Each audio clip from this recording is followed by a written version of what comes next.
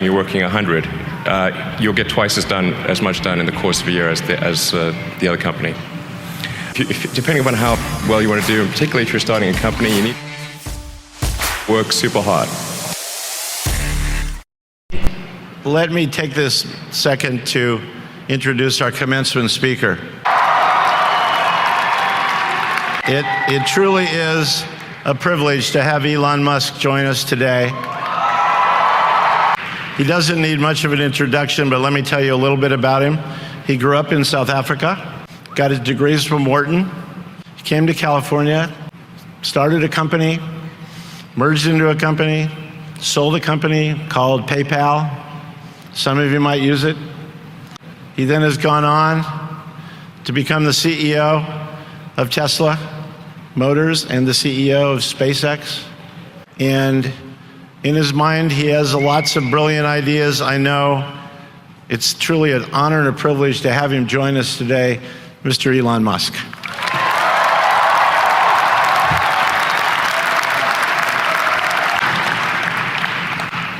All right, thank you. So I've got about apparently 5 or 6 minutes to say the most useful things I can think of. I'm going to do my best.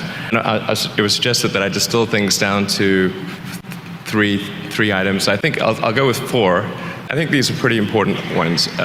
Some of them are going to sound like, well, you've heard it before, but it's worth re-emphasizing. I think the first is you need to work, depending upon how well you want to do, and particularly if you're starting a company, you need to work super hard. So what does super hard mean? Well, when my brother and I were starting our first company, instead of getting an apartment, we just rented a small office and we slept on the couch. And we showered at the YMCA, and we're so hot up we had just one computer. So the website was up during the day, and I was coding at night, 7 days a week, all the time. So briefly had a girlfriend in that period, and in order to be with me, she had to sleep in the office. So work hard, like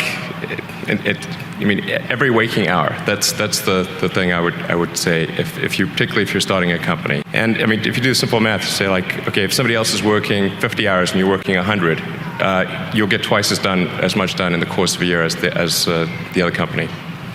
The other thing I'd say is that if you're creating a company or if you're joining a company, the most important thing is to attract great people. So either join a group that's amazing, that you really respect, or if you're building a company, you've got to gather great people. All a company is a group of people that have gathered together to create a product or service. And so depending upon how talented and hardworking that group is, and the degree to which they are focused cohesively in a good direction, that will determine the success of the company. So do everything you can to gather great people if you're creating a company. Then I'd say focus on signal over noise. A lot of companies get confused. They spend money on things that don't actually make the product better. So, for example, at Tesla, we've never spent any money on advertising. We put all of the money into R&D and manufacturing and design to try to make the car as good as possible. I think that's the way to go. So for any given company, just can keep thinking about, are these efforts that people are expending, are they resulting in a better product or service? And if they're not, stop those efforts. The final thing is, don't just follow the trend. You may have heard me say that it's good to think in terms of the physics approach of first principles, which is, rather than reasoning by analogy, you boil things down to the most fundamental truths you can imagine, and you reason up from there. And this is a good way to figure out if something really makes sense, or if it's just what everybody else is doing. It's hard to think that way. You can't think that way about everything. It takes a lot of effort.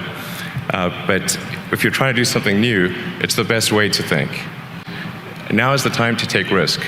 As you get older, your obligations increase.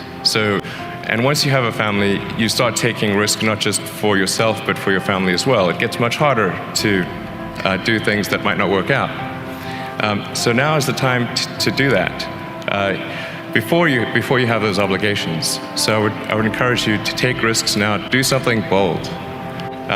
You won't regret it. Thank you.